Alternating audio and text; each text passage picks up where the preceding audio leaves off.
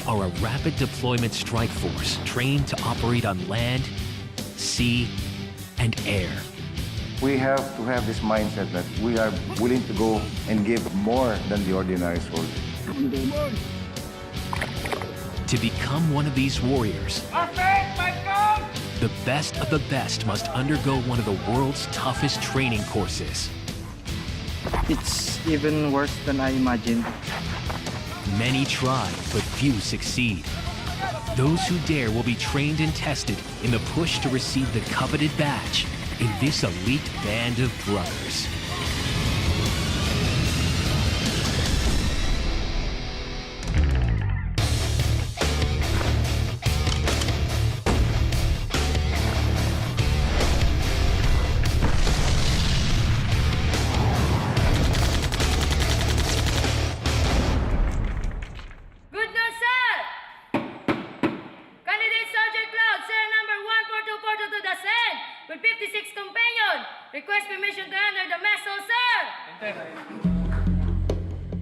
This is the Marine Basic School, where they turn ordinary civilians into some of the toughest soldiers in the Philippines.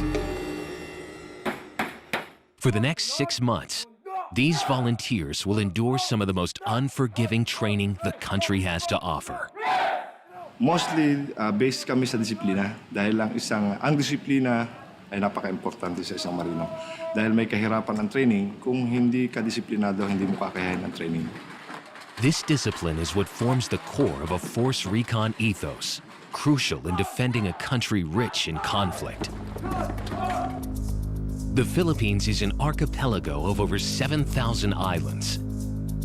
In the south, the nation's armed forces must wage war on scores of separatist militia like the Abu Sayyaf, dedicated to establishing independence from the Philippine government. The battleground is dense jungle and remote mountainous terrain, and these challenging conditions demand a special breed of soldier.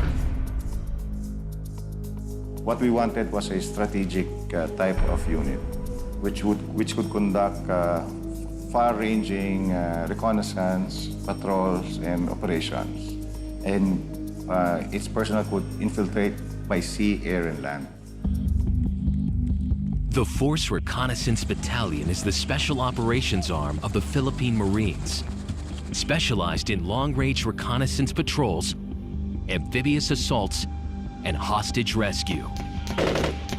We must have this attitude that we must be better than the others because the rest of the Marine Corps expect us to perform way above the performance of others. And it all starts here.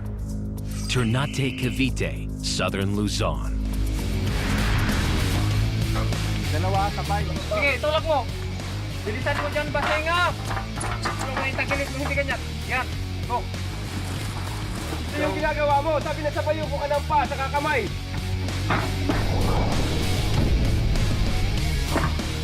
Ikaw din magsahil. Ayusin mo, ituwid mo yung paa mo. Aray, po! Aray, po! The intensive training program is designed to be as realistic and hazardous as possible, because as soon as they graduate, they will be sent into combat. Most of the Marines are really tough because when you land on a beach, there is no place for hesitation. There's no way of going back into the ships. So the only way is forward. So the Marine Corps has developed very tough warriors. The basic training is tough, but those that pass at the top can try out for the most elite team on offer. The Force Recon Battalion. Sa training pa lang, nalalaman namin kung mayroon siyang potential na maging Force Reconnaissance dahil sa ability. If they get selected, they'll move on to 3 months of specialized training, where a new level of hell awaits. A lot is expected of us. Kaya sabi ko sa'yo, we're elite. We're supposed to be elite, not elitist. We have to have this mindset that we are willing to go and give more than the ordinary soldier. The Force Recon Battalion will fight a highly specialized kind of war, the core of which is represented in their badge. The knife shows that they are warriors. Black and lightning represent their stealth, and the parachute shape shows that they are airborne. So yung airborne training is a core competency ng special operations na mini-maintain ng Force Recon. Using these skills, may naka-ready tayong personnel na capable na mag-operate, magkaroon ng future deployment.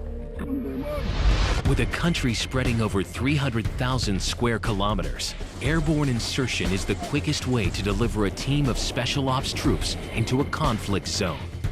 If you want to be Force Recon, you have to have the coveted silver wings.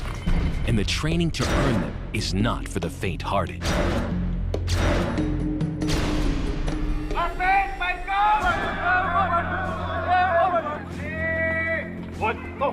Day one, and the recruits are stripped of their ranks. From this day on, everyone will be a number. On equal footing, they all share the same goal, the jump of a lifetime. I now declare your training starts today. Airborne training requires a special dedication and courage because airborne training is very challenging physically and mentally. They begin with the spring up and out roll call, a physical workout designed to help their landings. Hindi yung mahina yung katawan nila, hindi sila makakalabas sa aircraft, ganun. Kaya lahat ng mga exercises dyan na tinuturo sa kanila is for the purpose ng jump training. This is just the beginning, and already some of them are feeling the strain. Recruit 23 is the oldest of the batch.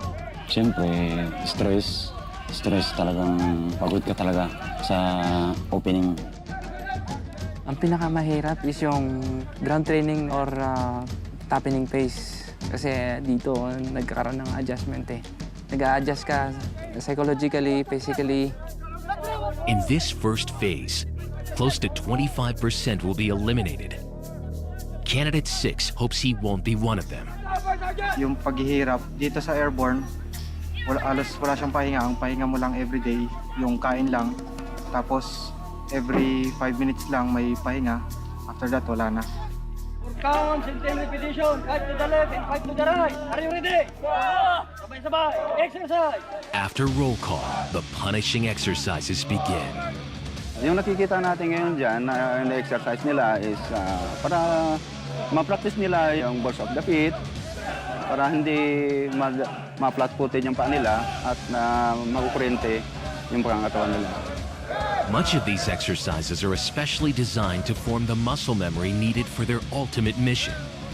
Jump from an aircraft, descend at 1,000 feet per minute, and land alive.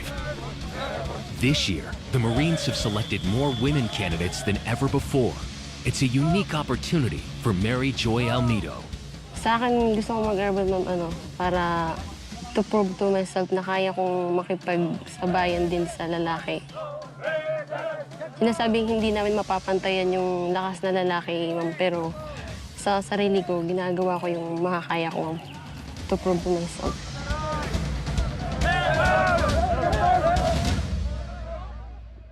Wag mong i-separate talaga. Wag mong i-separate yung ilmo. Kung naka-clip talaga, i-clip mo talaga siya. Wag mong alisin doon sa helmet mo. I-clip mo yung chin. Ganyan. The first thing these recruits will learn is the last thing that happens, the landing. Getting the body into a flexible position for it to withstand the impact of hitting the ground. Not landing correctly could lead to severe injury or death. This is just a taste of what the next 5 weeks are going to be like. It's a lot of repetitive moves and motions, but this is where their discipline and focus will be put to the test. And ganun talaga, pag nag-undergo ka ng training, mahirap talaga sa mahirap yun. So, isipin mo na lang sa training na lahat yun may purpose, kaya nyo ginagawa. And design yun talaga para ma-overcome mo lahat ng whatever adversaries na maharap mo sa in the future. Next, they move on to practicing landing on the move. It's a chance for them to begin to feel the impact of a landing.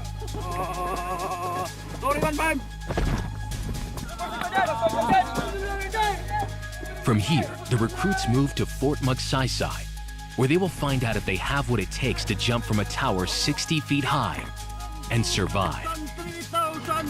I imagined it to be worse. It's even worse than that. For the toughest missions, the Philippine Marine Corps send in their specialist operators, the Corps Reconnaissance Battalion. These men are the best of the best. Hoping to join this elite group are 92 men and women in Stage 1 of their airborne training course.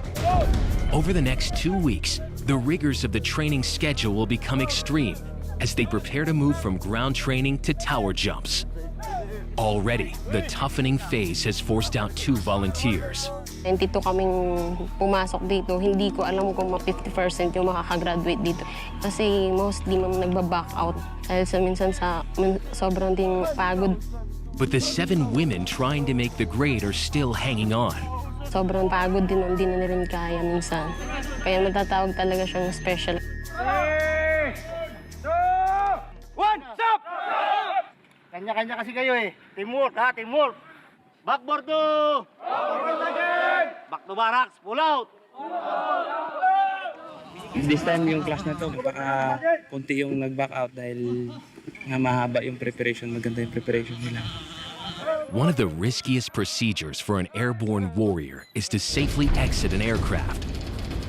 The Force Recon jump as teams with split-second accuracy. Delays on exit could mean landing miles from your target. Tayo ngayon sa MacDor ha.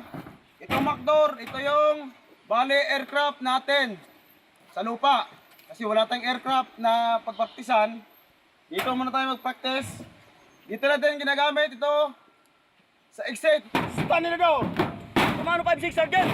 Crouch siya. Huwag kayong malon kaagad. Umexit kayo dito. Ulitin ko naman. Takin yung ulo. Clip your elbow.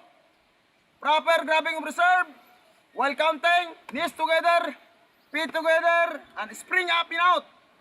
Kasi pag di ka mag-spring, either mabangga kayo sa side ng aircraft. Go! 1,000, 2,000, 3,000, 4,000. Hop! Ngayon, grab siya niya ganyan, di ba? Ang GM, titingnan ka ganyan yan. Ulit. Baka, lahang jumper siya or partial o total. Ha? Yan ang trabaho ng GM. Kaya gagawin nyo yan, MacDor natin dito. Gagawin nyo proper. This training is for fixed line jumping. A line is attached to the aircraft, which automatically releases the parachute as soon as they jump. But things don't always go to plan.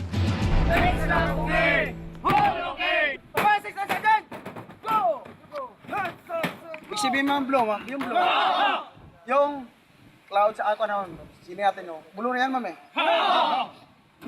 Ibig sabihin, wala kang parachute nakikita doon, ma'am. Wala kang parachute. Ibig sabihin, wala total talaga na di bumuka yung parachute mo. Kasi sinasabi yung blow. Kaya pag blow, ibig sabihin, reserve ka agad. Their next test is to practice the malfunction procedures while being suspended 5 feet off the ground. They have to react to any of 3 possible scenarios. Necessary procedures that could someday save their lives. Water landing! Helmet disengage! First up is Candidate 1, one of the senior members of the batch. His performance will set the bar for the others. Yung mental awareness, yung positive attitude, dapat nandun lagi. Very confident naman po. Okay. Get together! Look to the horizon.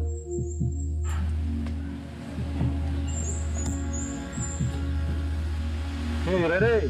No tap, no go! Go!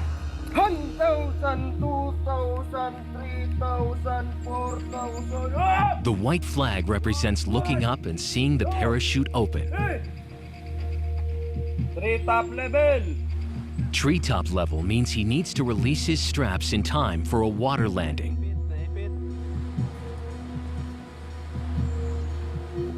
Hello, Owan. Balik na lang. Yung nahirapan akong magtanggal ng right strap. Saka lumaan na kasi nung gamit. Na ano siya. Hindi na siya madaling i-release kasi pang training lang yung mga gamit. Pag nangyari po yung ganun sa totoong buhay, may mangyaring hindi maganda sa'yo kasi madili ka na. And that delay means he runs the risk of getting dragged underwater by his chute and drowning. But when things go wrong, the Force Recon is always ready. Adapting and surviving in every situation is an essential part of their training, especially in the water. To learn how to deal with potential drowning situations, recruits are bound hand and foot and thrown into the sea. I love you, Corps Recon! Go! Pag once nandun ko sa ilalim at kinapos ka ng hininga mo, talagang mamamatay ka sa ilalim ng dagat. The fear of drowning can lead to panic, so the men are first taught to relax.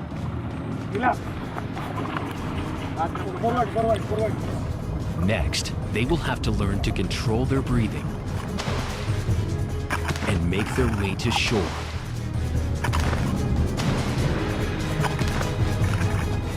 Ten 10% of the Force Recon recruits who take this test are expected to fail.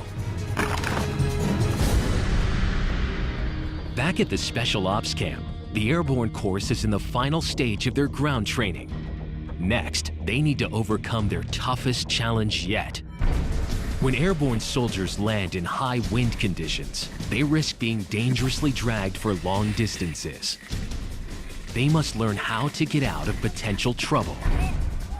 To practice, 10 men will drag a recruit along the ground to simulate wind drag. To pass, they need to be able to regain control by standing up. Ganito ang procedure ng pag-recover. Pag hindi, kaya nang makipwel. Kasi matigas na yan, nakakuha na yan ng fully bloom na yung parachute. Ha? Ang gagawin dito, pag abang inihila siya, i-pull up. Dalhin dito. Itong isang pa, itapon dito sa side dito. Pagsabayan, tapos isikat. Pag nasikat na siya, pag nakatayo na, maramdaman mo nang itayo ka na niya, sabay bitaw itong tali. Ready, go! Hila, hila, hila. Hila, hila, hila. Go, go, go! Cover, cover. They've got just a few meters to force their bodies around.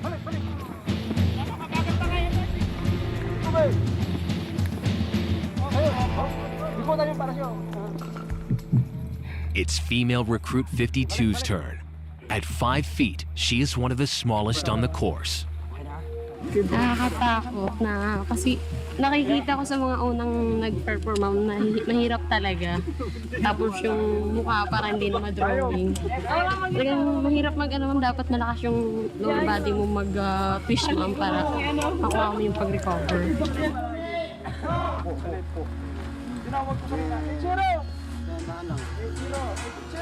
Ito, ibend mo to ha. Ibend mo to konti yan. Yan ha. Saka mo ibabit. Body twist ha. Pull up ka muna sa body twist ha. Hindi ganyan. Sige to, sige to, sir. Sige lang. Bilis mo. Hinay lang. Nahinayan nyo lang kasi magasgas. Ano, prepare? Ay, sorry. Ready, ready? Tapo yung braso mo, Joy. Go! Recover! Recover! Up! Balik! Balik! Balik! Balik! Up! Hold! Pull up mo. Pull up. Ano, hila? Ay, Sergeant. Sige, sige. Huwag mo munang pulapan. Huwag mo munang pulapan. Dali, tingnan mo ko. Yung pulap mo talaga. Yung pulap mo talaga. Hilain mo yan. 52 has one last try to get this right. Go! Pull up mo! Pull up! Tapo yung pa! Go! Go!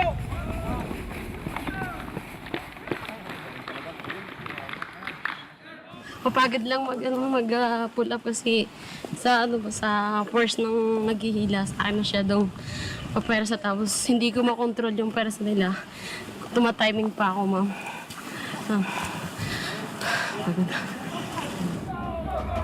Now, the rest of the men have to prove they can do it too. With all the ground techniques conquered, it's time to take things higher up. Phase 2 moves to this training tower, a massive 60 feet in the air. They call it the Tower of Hell. The Philippine Force Recon is an elite unit that specializes in land, sea, and airborne special operations. Part of what makes them so effective is their expertise in the close-quarter combat method, Pakiti Tertia Kali. This Filipino martial art arms the users with a complete strategy to destroy the enemy at close range. Kasi na pag nag-strike sa hindi. Pag tras mo dito is susot siya dito and then mag-lock. Lock siya. Lock. So yan yung purpose na paano masama disarm. Same time, pwede mo sangkuanan dito. So yun yung lock blade to blade hand guard.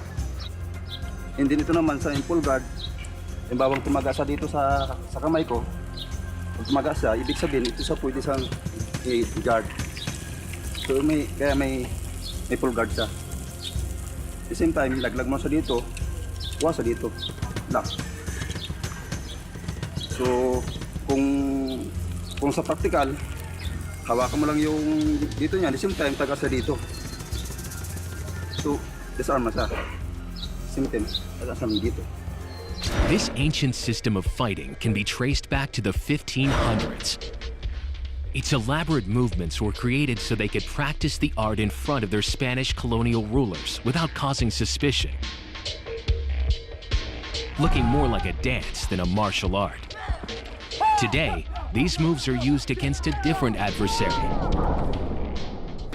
Naisip ko nito, ma'am, dahil kasi nung that time remaining year na since of 1990, marami na pupugutan na Marines, ng mga kabrother na kabaro ko. So nag-isip ako kung paano gawin na pang-counter doon sa mga bulo na pinapuputol ng mga kalaban na busayap. The practice focuses on the proper use of the Philippine bolo, a long, heavy, single-edged machete. Each thrust is meant to kill. Sa 24 hours na bar fight, hindi ka maubusan ng bala. Usually, pag naubusan kami ng bala, next in line namin na nagdidepend, ang option namin is yung bulo. Dahil ang kalaban, magagaling din sa paghawak ng bulo. Dictionary natin ngayon, ito yung buhay. Pag nilagyan mo siya ng extension na bulo, ito pa yung haba ng buhay mo. So ito yung tinatawag namin na karugtong ng buhay. Bulo is my life. Close-quarter combat is a vital part of recon operations, especially in the southern islands of Mindanao, which has been plagued by Islamic insurgency and terrorism for decades. Thousands of well-armed fighters continue a campaign of guerrilla warfare against the state. Because the current trend is what we foresee in future wars is not wars between countries anymore, but wars between proxies of these countries. And usually these are insurgents or terrorists. And what you need are elite, highly trained soldiers who can conduct surgical operations in whatever place they're deployed. The Force Recon Battalion was called into action when it was assigned to conflict-ridden Mindanao in 2000. Their mission, to neutralize the forward defenses of Camp Abubakar to clear the way for the rest of the Marine battalions to move in. Master Sergeant Luis Marmol was part of that operation. So, ang mission namin doon, makuha namin yung detachment sa harapan. Kasi yun yung paanan going to Abubakar. So, dapat makuha yung isang detachment doon bago po-forward ka sa taas. Then, ang position, galing kami from down, going to up. So, nasa up sila. So, kahit outnumber nga kami. So, tinugunan lang namin yung mission na binigay sa amin. Using classified tactical maneuvers, they reached their objective.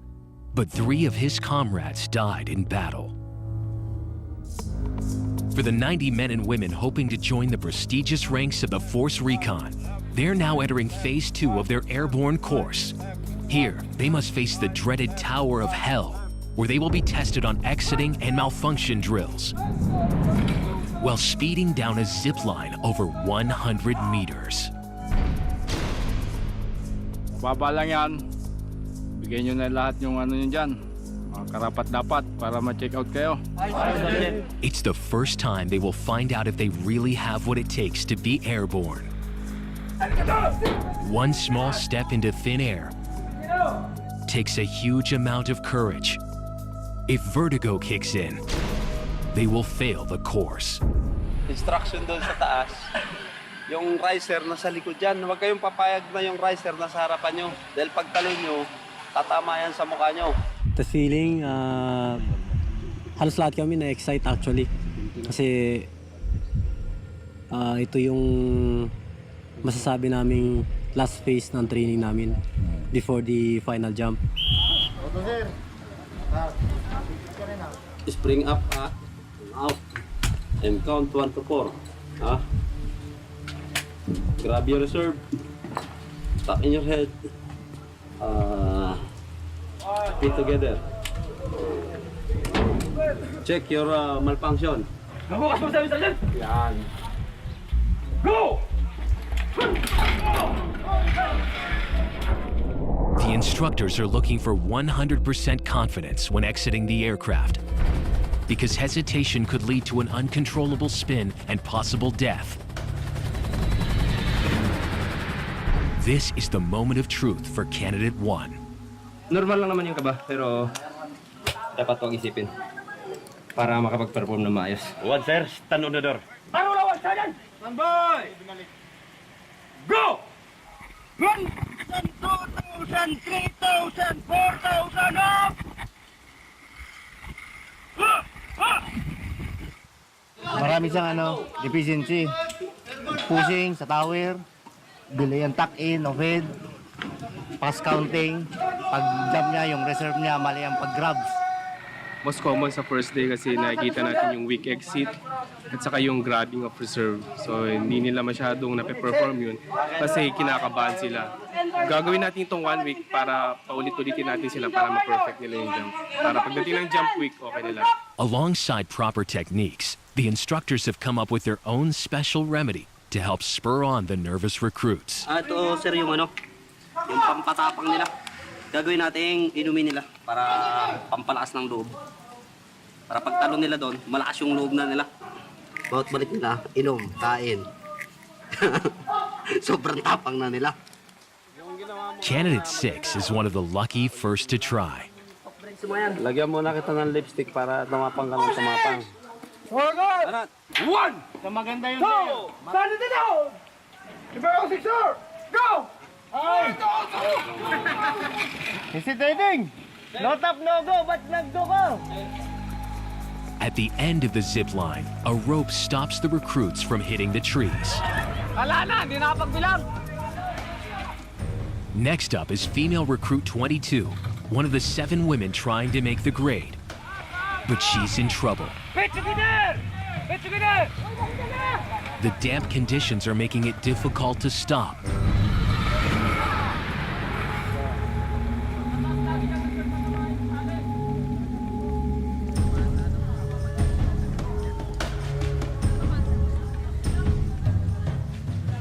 Okay? Natamaan ng lubid ng pagbaba ko. Kaya medyo hindi ako makahinga na. Konting sa panahon lang. Ito mismo sa may... Fear is still stopping many from perfecting their exits. They have 7 days to get it right or they miss the jump of their lives and the chance to be part of one of the most elite special ops teams in the country. From airborne operations to sea and jungle warfare, these men of the Force Recon are the first amongst equals. Of the 9,000 Marines today, only 300 have earned the right to wear this badge of honor. But they only get there if they successfully pass some of the toughest training in the Philippine Armed Forces.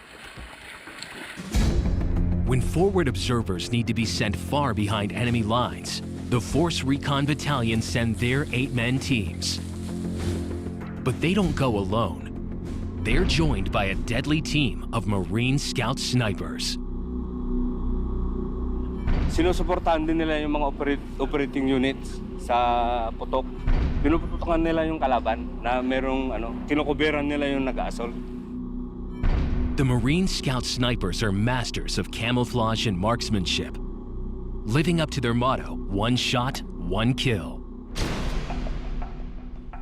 Ang isang sundalo pag marunong bumaril, unang-una makakalis ka sa dami ng bala na ipinuputok. Once na pumutok pa, alam mong may tatamaan ka. To pass the final stage of sniper training, they must put their own lives on the line. This is the confidence firing test. A mistake in this live fire exercise doesn't just mean failing the course. It could mean instant death for their comrade in arms. Normal na yan sa isang tao, may nervous na lang. Pero dapat i-overcome yung nervous na yan. It's designed to replicate the psychological pressure of a real operation. Unang-una, mama, siyempre, tiwala ako sa sarili ko na kaya kong barilin yung lobo. Tsaka tiwala din ako dun sa kabady ko na kaya niyang tumayo sa harap. Kasi alam ko yung kakayahan ng kabady ko, alam ng kabady ko yung kakayahan ko. Kaya yung tiwala, nasa amin. 50% of sniper trainees fail this sharpshooting course, either by not making the grade or backing out on this final confidence test. The members of the airborne class are in week 4, the towering phase. This stage is key in perfecting the proper exiting procedure from an aircraft. Each day, the challenge of carrying more gear has been added. Tinatalian ito para sa quick release. Kung halimbawa may combat jump, ito na yung mga dala-dala niya. I-release niya bago sa magland kasi hindi siya makaperform ng PLA pag hindi niya ito na-release.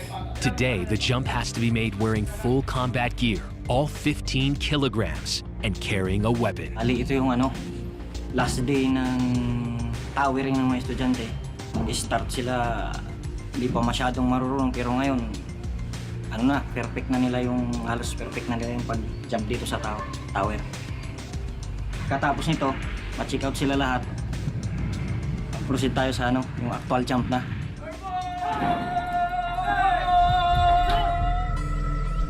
May ka pa rin pero kaya laban. Spring up and out! Elbow clip! Head tuck in! Stop! Oy, Sergeant! 1,000! 2,000! Kaya dapat ma-qualify nila yung lahat na rifle o pack na same pa rin yung ginagawa nila doon sa ground, yung proper grabbing of reserve.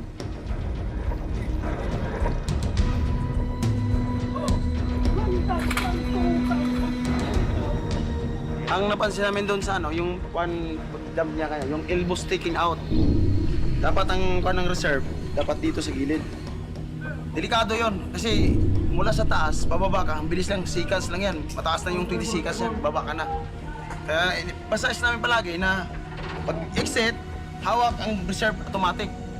Traveling at over 35 kilometers an hour, there isn't much time to think. Everything has to be done by instinct, or there won't be enough time to pull your reserve and save your life. Proper ka, grabbing reserve, ha? Oo, Sergeant! Yakjat! O, si Binuan! Hello! Yun sa kanya ngayon, kasi rifle siya, yung hindi niya tanggal yung yung kuha ng baril, yung tali. Dapat kasi tanggalin mo yun kasi once nanggalan ka na, delikado sa mga ganun na sa jumpers na ganun, na di matanggal yung tali ng rifle niya. Maaaring ma-injury siya dahil yung baril nga niya nakatali din dito. Si Binuan! Ito! Tayo sa Binuan, Sergeant! Yung releasing ng baril mo, ha? Dumate ka! Kaya tingin ko naman makuha na sila lahat dito kasi sa tagal naman ng training, magawa nila to maganda lahat itong mga kuha na ito. Pinapagawa namin.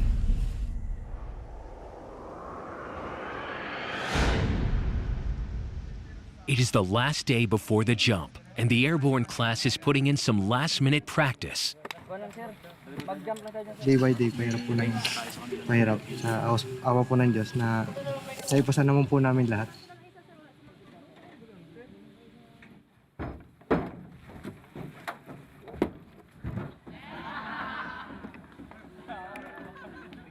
Makinig ha, tandaan nyo ha kung anong jumpers kayo. Makinig. Porto, tandaan nyo kung anong jumpers kayo ha. Back lagi yung 5 points of performance. Ano yun? Check body position and count. Check canopy and gain canopy control ha.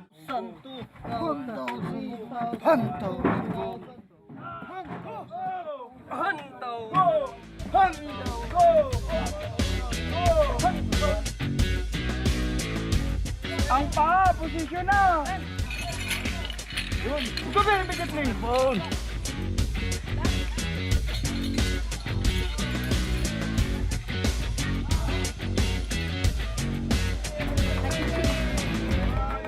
As they contemplate the final hours before their last test, the recruits share some lighter moments. It's key in strengthening the ties of brotherhood amongst Marines. Itong airborne training ng Marines ay napakahirap. Pero at the end of the day, pagkatapos ng training, so sama-sama kami sa barracks, nakakapag-usap-usap kami. So kahit pa paano, nawawala yung pagod, yung hirap. So para lang po kami isang pamilya dito na nagkakatuwaan. Last night, we jumped the night before. We gotta jump tonight as we never jumped before. Depending on these bonds is how small elite teams overcome enemy forces. It is a matter of life and death. Because behind enemy lines, the only thing they can depend on is each other. The recruits may have conquered their fear of the tower, but things are about to get tougher. All their weeks of training will be put to the test, and this time, if they make the same mistakes, they could pay the ultimate price. In the Philippines, an elite force was formed to counter the nation's communist and Islamist insurgencies. They are the Marine Force Recon Battalion, who are ready to take action at any moment on land, sea, and air. The day they have all been training for has arrived. It is jump week. Today, it is fly or fail. The recruits will have to exit from an aircraft at 1,500 feet and land safely a total of 5 times in order to earn their silver wings. Kung naririnig mo ako, advice ni CD mag-early ng 2 seconds from go pan and sad over. Roger, Roger. Tango Yankee, monitor. They will be jumping out of a Bell UH-1 helicopter. This aircraft is used to drop troops into remote areas for an assault, taking the enemy by surprise.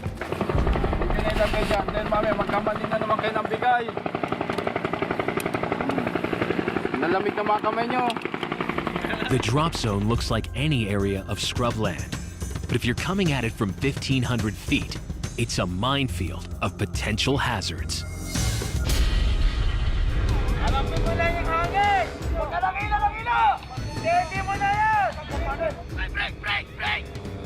Despite 5 weeks of training, their first jump from the aircraft is exposing all of their mistakes.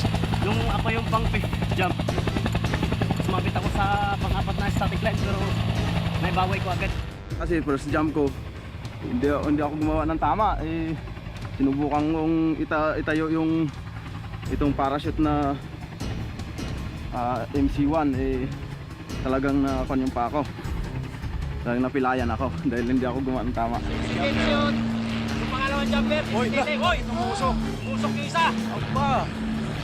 True to being a Marine, they have to be ready for anything, even landing on unexpected terrain. Sino yung sumabit? Iwan ko, sir. Di ko alam. May sumabit sa atin, sir. 4 na tayo. Talaga si Tolentino. Ha? Nag-isitit na naman. Si ano niya, 5-1, nag-anong kasi, gumalulo kaya ako na-late. Humawak siya sa ano. Hesitate siya. Oh, sir. So, So nag-hesitate si 5-1 kaya lalo ka na-delay. Nag-face din ako, lalo doon pala sa bubong na ako papunta. Sige, kasi wala ka ng time na para mag-maneuver pa eh. Ayun, mga ganong landing, hindi na maiwasan yan. But then, piniprepare nga natin yung mga estudyante natin para sa mga ganong senaryo, so mga ganong sitwasyon. Anyway, na-train sila para doon. Despite the unconventional landing, Recruit 34 passes and moves on to his next jump.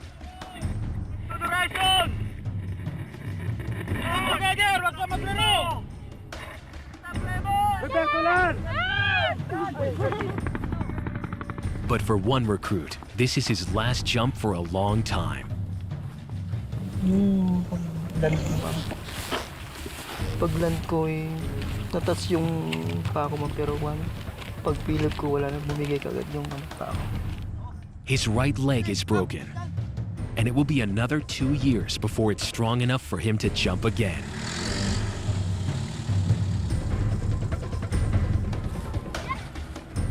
The rest of the airborne class is getting the hang of it. But there is a problem. Training has been stopped. Yun naman, hindi naman kasi namin hawak yung talaga schedule ng aircraft. Yun, nag-aantay lang kami ng schedule. Tapos more on mga pep na antayin lang talaga kasi lahat naman hindi nakaka-graduate ng airborne kung hindi ka makakapagtalo ng 5 jump na. The aircraft has been called away to an operation in Isabela, northern Philippines. The conflict this time coming from the country's 40-year struggle with communist insurgents. Hindi kasi maiwasan yung magkakaroon ng pagsukma. Sa ngayon, continues the basic training of the jumpers and then wait for tomorrow.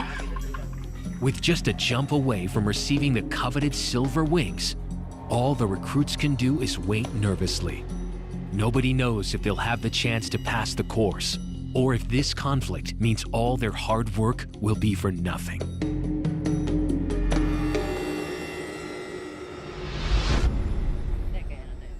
It is the final week of the airborne course.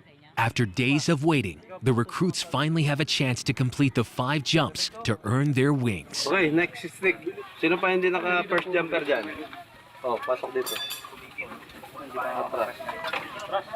Meron na po ma'am na 4 jumps. Yung actually 51 jumpers. Then yung naka 3 jumps pa lang ma'am, 38. Just as the first team jump, strong winds halt the training. This weather is the most dangerous time for jumping. And one recruit is missing. Meron po sila pala yung sa kanina. Kasama siguro namin gawa ng malakas na talaga yung hangin. Tapos doon na, di ba rin sila doon? Ang niya na balance masyado yung niya. Nakayobra yung parachute niya kaya lumayo talaga siya ng gusto. Malakas sa hangin sa taas daming lakas. Tapos magaan pa siya. Wala, papadpadala siya doon sa... Pero okay naman yun. Susunog yun, umusok. The wind has caught Recruit 1. It's a small injury, but with the strong wind, it could have been much worse. Finally, a break in the weather. Recruits 52, 6, and the rest of their group are on their final jump.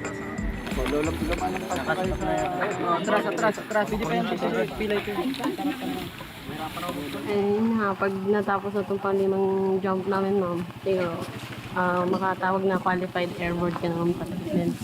Dito mo na lahat mo, apply lahat na natutunan mo from the beginning of this course.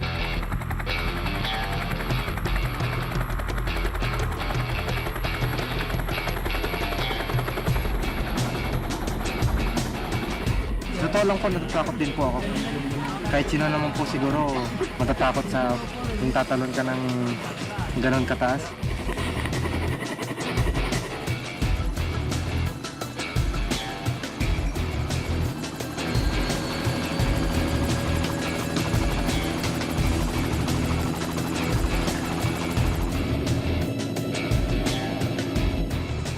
Lahat naman tayong tao may kaba pero nalalabanan siya. Tapos yun nga, iwala na talaga sa sarili. Sa mo ma'am, buo yung loob mo ma'am kasi tatalon mo. Pagdating sa taas ma'am, kami na yung hawak ng buhay namin kasi lupa na yung babagsakan namin. gagawin ko lahat para saka matagal din ako.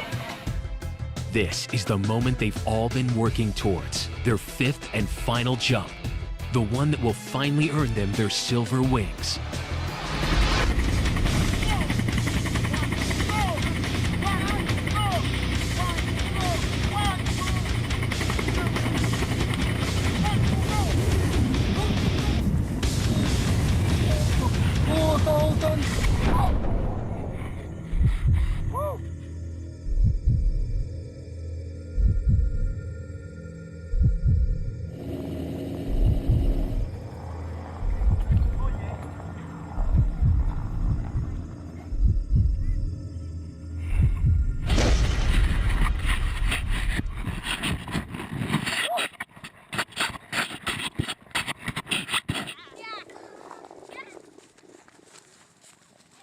Napakasarap sa taas.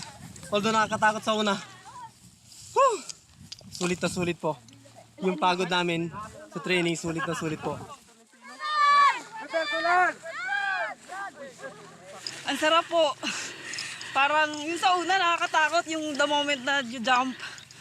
Pero nung naando na, nung naramdaman ko bumuka na yung chute, ang sarap sa pakiramdam, parang di ako gumagalaw. Sarap maging airborne! I love airborne! After 6 weeks of intense physical and mental training, they have now earned the right to be called airborne. Right up, no Messiah! Airborne! Airborne! This is ritual. Welcome to Airborne family.